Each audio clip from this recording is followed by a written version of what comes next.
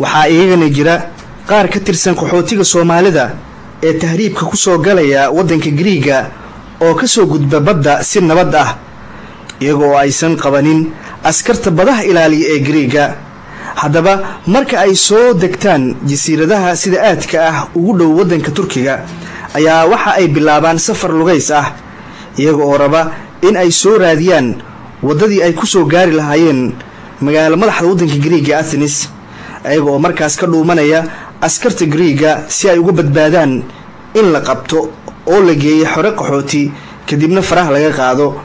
haddaba safarka buuraha Greega lagu soo maro koor inta aan la soo gaarin magaalada Athens dhibaatooyinka soo wajihi kara Soomaalida waxaa noogu waramaya Cabdicasiis Habarwaay Xasan oo soo kamid ahaa koox Soomaali ah oo buuraha Greega soo maray. dhibaatooyinka ugu badnaay waxaa kamid ah horta hore Mandiley wax muqallas ah malaha markaa badda ka soo degato jasiirada adiga kaliya ayaa muqallas u ah saas la ajrigeed ragga wuxuu koobnaa 25 qofood afar iyo 5 baa la isku raacay intii markaasi sheeko taqaano aniga iyo 3 wiil oo kaleeto meel baan ku dhaqaajinay waxaan fuulnay buuro dhaadheer intii aan buuraha ku soconay waxaan la kulannay abeeso ilaahay mahadiis isla markii aan dhaha ku dhufanay iyadana indhaha nagu dhufatay waan ka cararnay xoogaa wayna soo daba socotay maqaadirta ilaahay ayaa wax kasta ka weyn waan ka badbaadnay marka aan sii soconay haddana waxaan la kulannay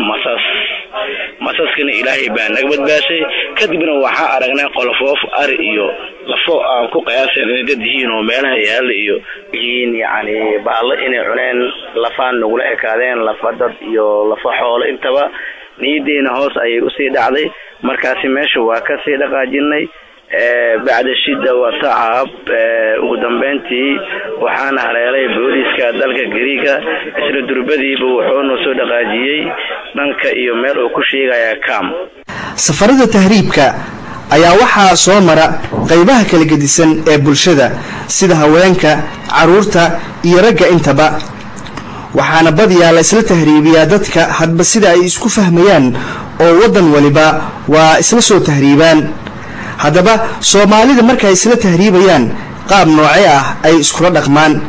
ragga Soomaalida sameeyeen kuwa u gargaara haweenka iyo caruurta soo tahriibaysa waxaa ka waramaya Daahir Maxamed Diiri oo isagu soo maray safarka tahriibka ah ee lagu soo galayo wadanka Greega oo aan kula kulmay magaalada Athens. والله dadka yani qof walba ilaahay dabeecadii uu qalqay wanaagga uu qalqay ayuu meel kasta la joogaa in way jiraan dad dhalinyarada kamida ah ama gabdhaha ama waxa way caruurta aan waxa way u jileecsanayn dantooda qaaska ah fiirsada laakiin waxa ka badan kuwa yani Soomaalinimada iyo walaaltinimada iyo waxa way isku xirnaashaha iyo yani naxariistu ay yani ay ku beeran tahay oo markasta ama dumarka ama caruurta u naxariista oo qaada oo waxa way meelaha ay rabaan ay gaarsiiyaan waayo waxa way gabar walaasha ah ama se caruur Soomaaliyeed ma yani suurtagal ahaan inaad uga tagto meel aan yaliq ahayn in looga tago way dhacday hadda koor in gabar la sheegay niman dhalinyaro Sacuudiga ka timid ay uga tageen meel waxa way doonto ay ku soo xiratay oo aad uga fog magaalada loo socday gabadhaas iyo caruurteedii laba hay ilaa hadda aan lahayn meel ay jaaniya cirib dhigeen. haddaba marka ay Soomaalida ka soo talaabaan badda u dhaxaysa wadamada Greega iyo Turkiga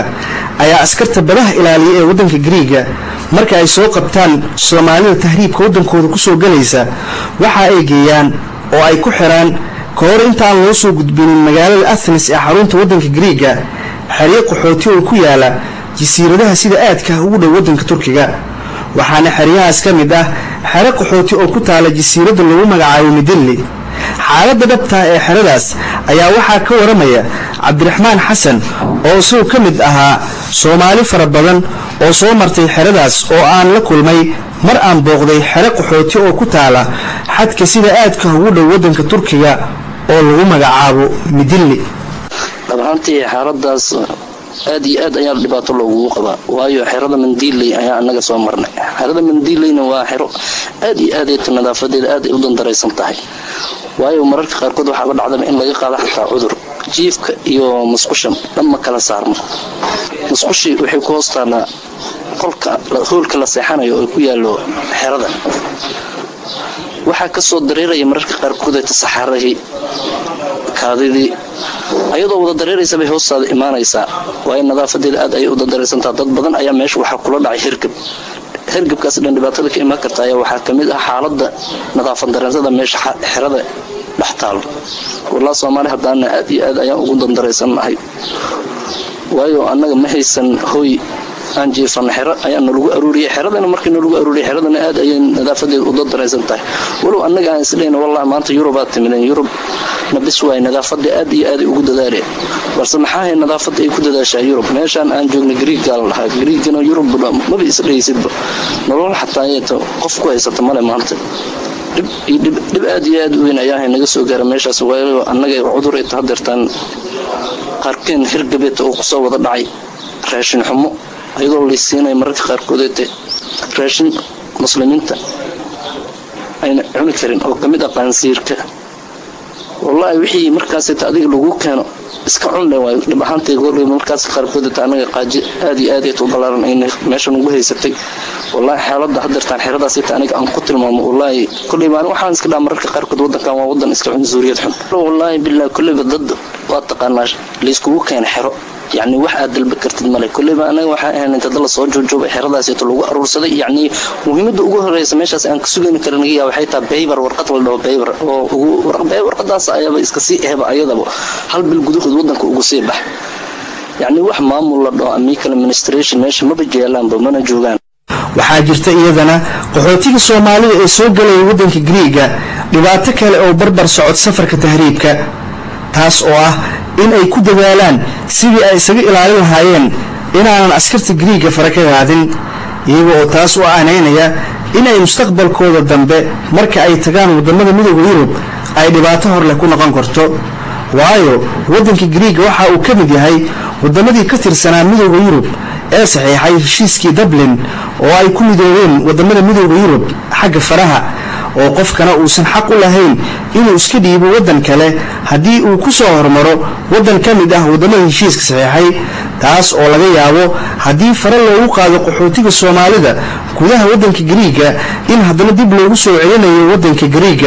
hadaba asbaabaha ay Soomaalidu ugu cararaan inaanan askarta Greek fara ka qaadin ayaa waxa ka waramaya mar labaad Faarax Maxamed Nuur oo soo kamid ah qaxooti Soomaaliyeed oo aan kula kulmay magaalada Athens ee wadanka Greek wuxuu ka tirsan wadamada midowga Yurub laakiin ma qaabilo qaxootiga waa wadan faqriya isla markaana Soomaalidu way ka sii gudubtaa waxay u sii gudubtaa wadamada qaniga ka dhaqaalaha roon waxa ku qasbay Soomaalida in aan faraha ay ka cararaan waxay arkeen dadkii ka horeeyay wadankan wax la mari jiray waqti fog marka raggaas ayaa maaragtay inta badan kula taliyo ama dadka ahladooda jira Yurubta waxay ku dadaalaan ama ay u sheegaan in aan fara laga qaadin hadii fara laga qaado marka uu tago wadamada kale in ay dhibaato ku dhacayso ama la qaabilitaanka loo diidayo ama in la soo celinayo sidaas ayaa maaragtay ku kaliftay in ay maaragtay ay farihii kaga cararaan ayagoo marka yaani ka baqayo mustaqbalkooda hadhow wax ku iman karo ama soo celin ama maaragtay in la qaabili waayo ama uu carararo ama dad kale oo marka dulsaar ku noqdo soo Yurub jooga marka ay dantu kalifta in la biilo taa ayaa ugu weyn ayaa la heli karaa dhibaatada maanta ku raacayso in Soomaalidu ay ka cararaan